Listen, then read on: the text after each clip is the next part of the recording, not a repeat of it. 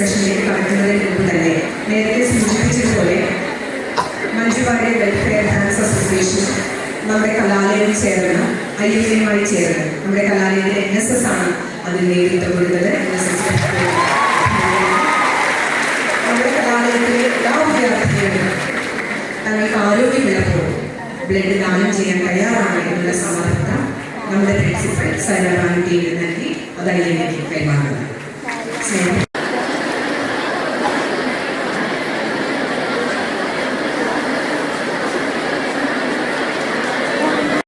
സൈറാബാനുട്ടിയെയും IMA director doctor Balagopal സാറേയും സ്റ്റേജിലേക്ക് ക്ഷണിക്കുന്നു.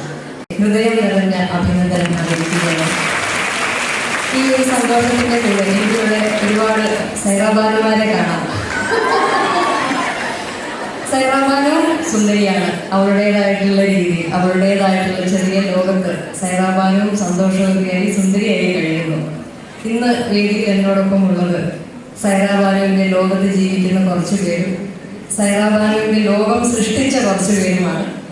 എന്തായാലും ഞങ്ങൾക്ക് തന്ന ഈ ഒരു വരവേൽപ്പും ഈ കയ്യടിയും പ്രോത്സാഹനവും ഒക്കെ മാത്രമാണ് ഞങ്ങളുടെ ശക്തി. ഇത് ഞങ്ങളോടൊപ്പം എന്നും ഉണ്ടാവണം എന്ന് ഈ അവസരത്തിൽ ഞാൻ നിങ്ങളോട് എല്ലാവരോടും അപേക്ഷിക്കുകയാണ്. ഈ സ്നേഹവും പ്രോത്സാഹനവും ഒക്കെ എന്നും തിരിച്ചങ്ങോട്ട് നൽകാൻ അതിലും 100 മടങ്ങ് സ്നേഹമല്ലാതെ മറ്റൊന്നും എൻ്റെ കയ്യിലില്ല. എല്ലാവർക്കും ഇനിയും നല്ല നല്ല കാര്യങ്ങൾ ചെയ്ത് ഇനിയും കൂടുതൽ സുന്ദരിമാരായി തീരുക. അതിനുവേണ്ട എല്ലാ ആശംസകളും ഞാൻ അറിയിക്കുന്നു. ദൈവം അനുഗ്രഹിക്കട്ടെ. നന്ദി, നമസ്കാരം. വളരെ അവയറാണ് അതിനെക്കുറിച്ച്. അപ്പോൾ എനിക്ക് ഒരു സ്ത്രീ എന്ന നിലയിൽ എന്ന് ഞാനിവിടെ സന്തോഷവതിയാണ്, സുരക്ഷിതയാണ് എന്ന് എനിക്ക് തോന്നുന്നു, അന്നേ ഞാൻ ഇനി ഒരു വനിതാ ദിനം ആശംസ എല്ലാവർക്കും മാത്രമല്ല ഇപ്പോൾ എല്ലാ ദിനങ്ങളും എല്ലാവരുടേതുമാണ് എന്നുള്ള തത്വത്തിൽ വിശ്വസിച്ച് മുന്നോട്ട് പോകുന്നതാണ് ഇപ്പോൾ നല്ലത്.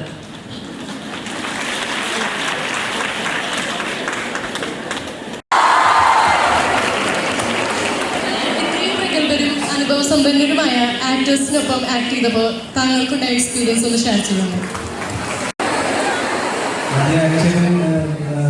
കഥ സംസാരിക്കുമ്പോൾ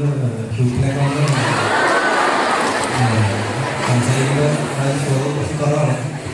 പിന്നെ മനുഷ്യനെ ആദ്യം കണ്ടപ്പോൾ ഞാൻ വീട്ടിൽ കുറച്ച് വിഷയങ്ങളാണ്. ഭയങ്കര സിമ്പിളാണ്. അപ്പോൾ നമുക്കങ്ങനെ വലിയ ബുദ്ധിമുട്ടൊന്നും ഉണ്ടായില്ല. ഭയങ്കര എനിക്കെന്തോ നേരത്തേക്ക് അറിയാവുന്ന ഒരാളിപ്പോൾ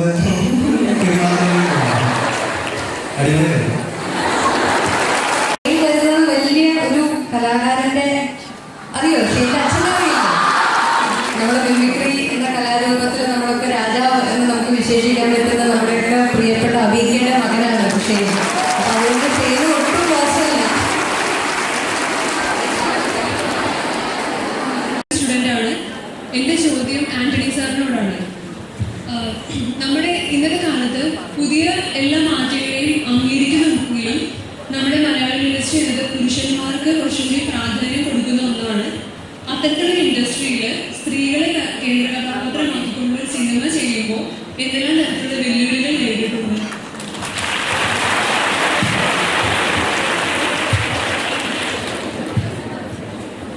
ഇതിൻ്റെ തിരക്കഥ എഴുതുന്നത് RJ ശ്യാം എന്ന് പറഞ്ഞിട്ടൊരു എൻ്റെ ഒരു സുഹൃത്താണ്. ഇതിൻ്റെ ആദ്യ ഞങ്ങളുടെ ആദ്യ സിനിമയായിരുന്നു. ഞങ്ങൾ ആദ്യ സിനിമ എന്താണ് അതിൻ്റെ കഥ എന്നൊക്കെ ഇങ്ങനെ ചർച്ച ചെയ്ത സമയത്ത് കുറേ കഥകളൊക്കെ ഉണ്ട്. പിന്നീട് ഇതേപോലെ ഞങ്ങൾ നേരത്തെ എടുത്ത മൂന്നാം കടം എന്ന് പറഞ്ഞൊരു ഷോർട്ട് ഫിലിം ഫെസ്റ്റിവലിൽ കാണിക്കുകയും അതിൽ ഓരോ ഷോർട്ട് ഫിലിമിനെയും റെപ്രസെൻറ്റ് ചെയ്തിട്ട് ഓരോ ഫിലിം മേക്കേഴ്സ് വന്നിട്ട് സ്റ്റേജിൽ പ്രസംഗിക്കാൻ. അപ്പം നമ്മുടെ കൂടെ മത്സരിച്ച മറ്റൊരു ഷോർട്ട് ഫിലിം മേക്കറിനെ റെപ്രസെൻറ്റ് ചെയ്ത് വന്നത് അയാളുടെ അമ്മയാണ്.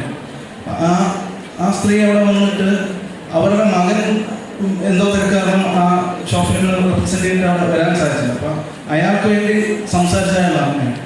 അപ്പോൾ ആ അമ്മ സംസാരിച്ചത് മുഴുവൻ മകൻ്റെ പാഷനെ കുറിച്ചാണ്. അപ്പം ആ സിനിമ ഉണ്ടാകാനുള്ള വഴി, ആ സിനിമയ്ക്കൊപ്പം മകൻ്റെ ഒപ്പം സഞ്ചരിച്ച അമ്മയുടെ കുറേ വാക്കുകൾ ഞാൻ കേട്ടു.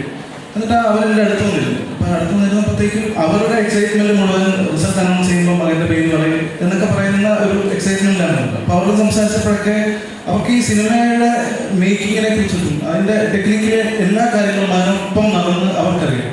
അപ്പോൾ അതെന്നെ അത്ഭുതപ്പെടുത്തിയ ഒരു കാര്യമായിരുന്നു. അപ്പം ഞാൻ ഷാനെന്ന് പറഞ്ഞു, ആ അമ്മയെ കാണുമ്പോൾ നമുക്കൊരു അസൂയ തോന്നുന്നില്ലേ, മകൻ്റെ പാഷനൊപ്പം സഞ്ചരിക്കുന്ന ഒരു അമ്മ എന്ന് പറയുന്നത് ഭയങ്കര നമുക്ക് ഭയങ്കര എന്തോ അങ്ങനെ അമ്മേനെ കിട്ടിയിരുന്നെങ്കിൽ എന്നൊക്കെ ഒരു ആഗ്രഹം എനിക്ക് തോന്നി. അപ്പം അതേപോലെ ഒരു ഇൻട്രസ്റ്റിംഗ് ആയിട്ടുള്ള ഒരു ക്യാരക്ടറല്ലേ ചോദിച്ച ആ ചോദ്യത്തിൽ നിന്നാണ് ഈ സിനിമ തുടങ്ങുന്നത്.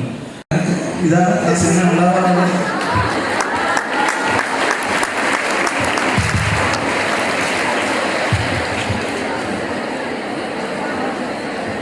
ഹലോ മാം, എൻ്റെ ചോദ്യം മഞ്ജിത് ചേച്ചിയോടാണ്. എൻ്റെ പേര് മാജിദ. ഞാൻ S4 BSc family community science സ്റ്റുഡൻ്റാണ്. മാം, ഒരു നീണ്ട 14 വർഷത്തെ ഗ്യാപ്പിന് ശേഷമാണ് വീണ്ടും ഇൻഡസ്ട്രിയിൽ സജീവമായിട്ടുള്ളത്. നമുക്കറിയാം, അനുദിനം നമ്മുടെ ചുറ്റുപാടും ടെക്നോളജിക്കലായി കുറേ അഡ്വാൻസ്മെൻറ്റ്സ് നടന്നുകൊണ്ടിരിക്കുന്ന ഒരു കാലഘട്ടത്തിലാണ് ജീവിക്കുന്നത്. അതുകൊണ്ട് തന്നെ ഫിലിം ഇൻഡസ്ട്രിയിൽ കുറേ മാറ്റങ്ങൾ ടെക്നിക്കലി ആസ്പെക്റ്റിൽ വന്നിട്ടുണ്ട്. അപ്പാർട്ട് ഫ്രം ദാറ്റ്, സോഷ്യലി അല്ലെങ്കിൽ ഇമോഷണലി റിലേറ്റ് ചെയ്യുമ്പോൾ എന്തൊക്കെ മാറ്റങ്ങളാണ് ഇൻഡസ്ട്രിയിൽ വന്നതായി മാമിന് ഫീൽ ചെയ്യുന്നത്? Thank you Majida. എനിക്ക് അങ്ങനെ സിനിമയുടെ പ്രവർത്തന രീതികളിൽ ടെക്നിക്കലായിട്ട് പണ്ടും എനിക്ക് അതിനെക്കുറിച്ച് വലിയ അറിയില്ലായിരുന്നു. അപ്പോൾ അതുകൊണ്ട് ഇപ്പം എന്താ വ്യത്യാസം വന്നിരിക്കണമെന്ന് പറയാനുള്ള അറിവ് എനിക്കില്ല.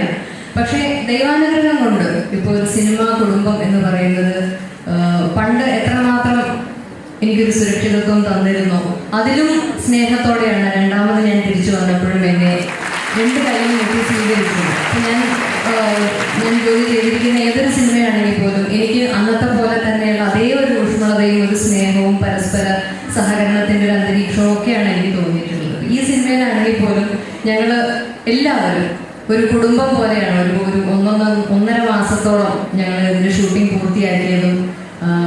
അപ്പോൾ ഞങ്ങൾക്ക് ഇതിലുണ്ടായ ഒരു സന്തോഷവും എക്സൈറ്റ്മെൻറ്റും ആണ് ഈ സിനിമയെ കൂടെ പ്രതിഫലിക്കാൻ പോകുന്നത്. മറ്റു സിനിമയിൽ വന്നിരിക്കുന്ന മാറ്റങ്ങൾ അത് വളരെ സ്വാഭാവികമായി സംഭവിക്കുന്നതാണ്. ഇപ്പോൾ ഒരുപക്ഷെ 70-കളിലും ഒക്കെയുള്ള സിനിമകളല്ല 80-കളിലും 90-കളിലും ഒക്കെ വന്നിരിക്കുന്നത്. അപ്പോൾ അതിൻ്റേതായിട്ടുള്ള സ്വാഭാവികമായ മാറ്റങ്ങൾ, സമൂഹത്തിൽ ഉണ്ടാകുന്ന മാറ്റങ്ങൾ സ്വാഭാവികമായും സിനിമയിലും സംഭവിച്ചിട്ടുണ്ട്.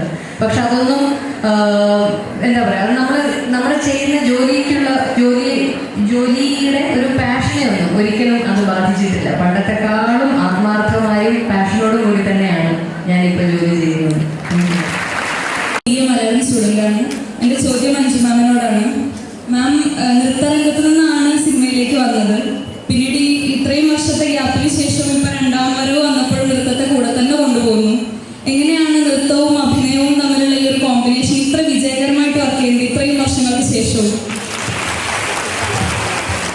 ശ്രീലക്ഷ്മി, നമ്മൾ ഇപ്പോൾ പറയും നമുക്ക് ഇഷ്ടമുള്ള ഒരു ജോലി, നമ്മുടെ പാഷനായിട്ടുള്ള ഒരു കാര്യം ജോലിയായിട്ട് ചെയ്യാൻ സാധിക്കുന്നത് വലിയ ഭാഗ്യമാണ് എന്ന് നമുക്ക് ഉറപ്പില്ല. അത് വിശ്വസിക്കുന്നവരാണ് ഇവിടെയുള്ള എല്ലാവരും, എനിക്ക് ഉറപ്പുണ്ട്. എന്നെ സംബന്ധിച്ച് ഞാൻ ഇഷ്ടപ്പെടുന്ന 2 കാര്യങ്ങളാണ് എനിക്ക് എൻ്റെ ജീവിതത്തിൽ ചെയ്യാൻ സാധിക്കുന്നത്. ഒന്ന് നൃത്തവും, ഒന്ന് അഭിനയവും. രണ്ടും തമ്മിലുള്ള കോമ്പിനേഷൻ രണ്ടും തമ്മിൽ കമ്പൈൻ ചെയ്യേണ്ട ഒരു ആവശ്യം എനിക്ക് ഇതുവരെ വന്നിട്ടില്ല. നൃത്തം വേറെയാണ്, സിനിമ വേറെയാണ്. നൃത്തത്തിൽ നിന്ന് കിട്ടുന്ന സന്തോഷവും നൃത്തത്തിന് വേണ്ടി എടുക്കുന്ന പരിശ്രമവും വ്യത്യസ്തമാണ്. അതേപോലെ തന്നെയാണ് സിനിമയ്ക്ക് വേണ്ടിയുള്ള പരിശ്രമവും അതിൽ നിന്ന് കിട്ടുന്ന സംതൃപ്തിയും വേറെയാണ്. അപ്പോൾ എന്നെ സംബന്ധിച്ച് ദൈവാനുഗ്രഹം എന്ന് മാത്രമേ പറയാനുള്ളൂ. ഇപ്പോൾ നൃത്തം എന്നെ പഠിപ്പിക്കാൻ നല്ലൊരു ഗുരുവുണ്ട്, എൻ്റെ കൂടെ നല്ല ഒരു കൂട്ടം കലാകാരന്മാരുണ്ട് നൃത്തം നന്നായി അവതരിപ്പിക്കാൻ എൻ്റെ കൂടെ ശക്തിയായി നിൽക്കുന്നത്. അതേപോലെ എന്നെ സ്നേഹിക്കാൻ സിനിമയിലെ ഒരുപാട് നല്ല ആളുകളും ഉണ്ട്. അപ്പം അങ്ങനെ നോക്കുമ്പോൾ ഞാൻ ഭാഗ്യവതിയാണ്. ദൈവത്തിന് നന്ദി മാത്രം പറയുന്നു. ഇത് രണ്ടും ഒരേപോലെ മുന്നോട്ട് കൊണ്ടുപോകാൻ സാധിക്കുന്നത്. Thank you. നമ്മൾ സ്ത്രീകൾ എപ്പോഴും റിസർവേഷന് വേണ്ടി വാദിക്കുന്നുണ്ട്, അതോടൊപ്പം തന്നെ ഈക്വാലിറ്റിക്ക് വേണ്ടി വാദിക്കുന്നുണ്ട്. സത്യം പറഞ്ഞ ഇതിലൊരു വൈരുദ്ധ്യാത്മകതയില്ലേ? ഇതിനെപ്പറ്റി താങ്കളുടെ അഭിപ്രായം എന്താണ്? എനിക്ക് ചോദ്യം ശരിക്കും മനസ്സിലായില്ല. അതായത് സ്ത്രീകൾ ഇപ്പോഴും റിസർവേഷന് വേണ്ടി വാദിക്കുന്നുണ്ട്, എല്ലാ സ്ഥലത്തും റിസർവേഷൻ വേണം വാദിക്കുന്നുണ്ട്, അതോടൊപ്പം തന്നെ ഈക്വാലിറ്റി വേണം വാദിക്കുന്നുണ്ട്. ഇത് സത്യം പറഞ്ഞാൽ ഒത്തുപോകുന്ന കാര്യമല്ലല്ലോ. റിസർവേഷനും ഇക്വാലിറ്റി അതിനെക്കുറിച്ചൊക്കെ ശാസ്ത്രീയമായിട്ട് പഠിച്ചു പറയേണ്ട കാര്യങ്ങളാണ്. പക്ഷേ എനിക്ക് ഒരു അഭിപ്രായം ഞാൻ ഇതിന് മുമ്പ് പല സ്ഥലത്തും രേഖപ്പെടുത്തിയിട്ടുണ്ട്. സ്ത്രീ സ്വാതന്ത്ര്യം എന്ന് പൊതുവെ പറയപ്പെടുന്ന വാക്ക് ഒരുപാട് മിസ്യൂസ് ചെയ്യപ്പെടുന്നുണ്ട് എന്ന് എനിക്ക് തോന്നുന്നു. അതായത് ഒരു സ്ത്രീ സ്വാതന്ത്ര്യം അല്ലെങ്കിൽ സ്ത്രീ ശാക്തീകരണം, സ്ത്രീ സ്ത്രീക്ക് സ്വാതന്ത്ര്യം വേണം എന്നൊരു സ്ത്രീ പറയുന്നത് ഒരിക്കലും ഒരു പുരുഷനെ അടിച്ച് താഴ്ത്താനോ അല്ലെങ്കിൽ പുരുഷൻ ചെയ്യുന്ന എല്ലാ കാര്യങ്ങളും ചെയ്യണം എന്ന് ചെയ്ത് പ്രൂവ് ചെയ്യാനുള്ള വാശി കാണിക്കുകയോ അല്ല. ഇപ്പോൾ ഒരു ഉദാഹരണം പറയുകയാണെങ്കിൽ, ഇപ്പോൾ നമുക്ക് ഒരു അത്യാവശ്യം വന്നു, നമുക്ക് ഒരു അസുഖം വന്നത്, അല്ലെങ്കിൽ എൻ്റെ വീട്ടിൽ എൻ്റെ അച്ഛനൊരു അസുഖം വന്നത് രാത്രിയാണ്, ഒരു അർദ്ധരാത്രിയാണെന്നുണ്ടെങ്കിൽ അച്ഛനെയും കൊണ്ട് ധൈര്യമായിട്ട് വണ്ടി എടുത്ത് ആശുപത്രി വരെ പോകാനുള്ള ഒരു ധൈര്യം, അതിനുള്ളൊരു സാമൂഹിക അന്തരീക്ഷം, അതിനാണ് ഈ ഒരു സമത്വം അല്ലെങ്കിൽ സ്വാതന്ത്ര്യം, ആ ഒരു സാമൂഹിക അന്തരീക്ഷം ഉണ്ടാകാൻ വേണ്ടിയിട്ടാണ് നമ്മൾ സ്ത്രീകളുടെ സ്വാതന്ത്ര്യം എന്ന് പറയുന്നത്.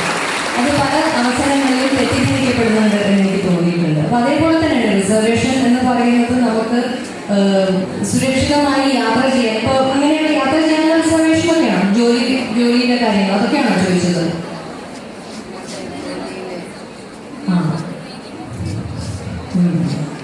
അപ്പൊ അതാണ് ഇപ്പൊ ഒരു സ്ത്രീക്ക് സുരക്ഷിതമായി സന്തോഷമായി ഈ സമൂഹത്തിൽ കഴിയാനുള്ളൊരു ആഗ്രഹം കൊണ്ടാണ് സ്ത്രീ അങ്ങനെയൊക്കെ ചോദിക്കുന്നത്.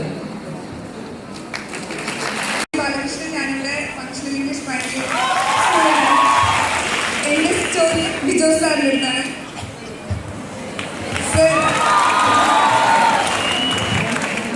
സാറിന്റെ നോട്ട്ബുക്കിലെ പാട്ടുകൾ ഞങ്ങൾ ഇപ്പോഴും നെഞ്ചോട് ചേർത്തേക്കുന്ന പാട്ടുകളാണ്. സാറിന്റെ പാട്ടുകളെ കുറിച്ചൊന്ന് ഞാൻ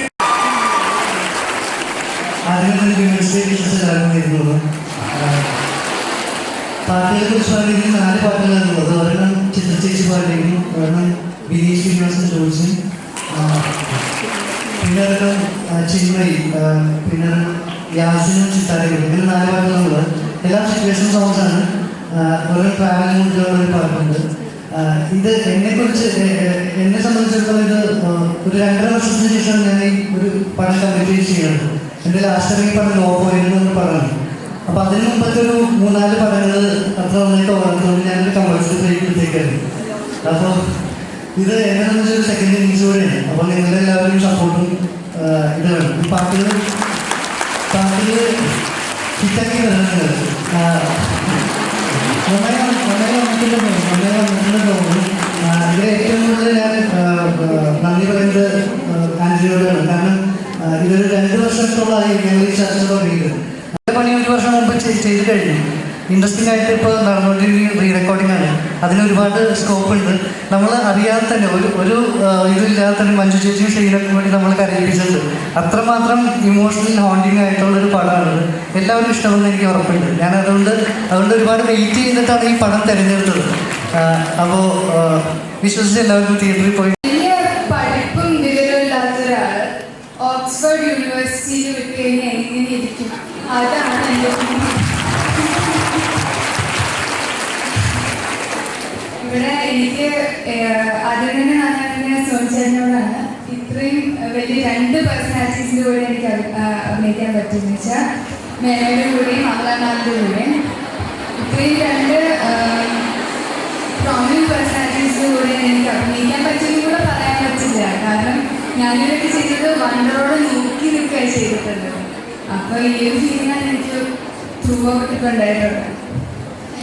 എനിക്ക് നല്ലത് വരാൻ ആഗ്രഹിക്കുന്ന ഒരു കൂട്ടം നല്ല മനുഷ്യർക്കും ഞാൻ എൻ്റെ നന്ദി അറിയിക്കുകയാണ്. നന്ദി അറിയിക്കാൻ ഈ അവസരം ഉപയോഗിക്കുകയാണ്. Thank you very much. അവരെ ഒരു നല്ല സാമൂഹ്യ പ്രവർത്തകർ എന്ന രീതിയിലും കേരളത്തിലെ പലർക്കും അറിയാം. ഒരുപക്ഷെ പേരിലെ മഞ്ജു വാര്യരിൽ നിന്ന് അമലയെ നമ്മൾ പറയാറുണ്ട്. മഞ്ജു വാര്യർ സൂചിപ്പിച്ചതുപോലെ നല്ലൊരു നർത്തകിയാണ്. ഭരതനാട്യത്തിൽ ഏറ്റവും നല്ല ഒരു പ്രതിഭ കൂടിയാണ് അമല. ഈ അവസരത്തിൽ ഞങ്ങളുടെ ആശംസകൾ സേവാഭാനുവിന് വേണ്ടി അമല അടുത്തിലൂടെ ഈ അവസരത്തിൽ അറിയിക്കുകയാണ്. ഈ സിനിമയുടെ പ്രൊഡക്ഷനുമായി ബന്ധപ്പെട്ട് ഒക്കെ ഉണ്ട്. എന്തെങ്കിലും ഞങ്ങളോട് പറയാനുണ്ടെങ്കിൽ ഞങ്ങൾ കാത്തിരിക്കുകയാണ്.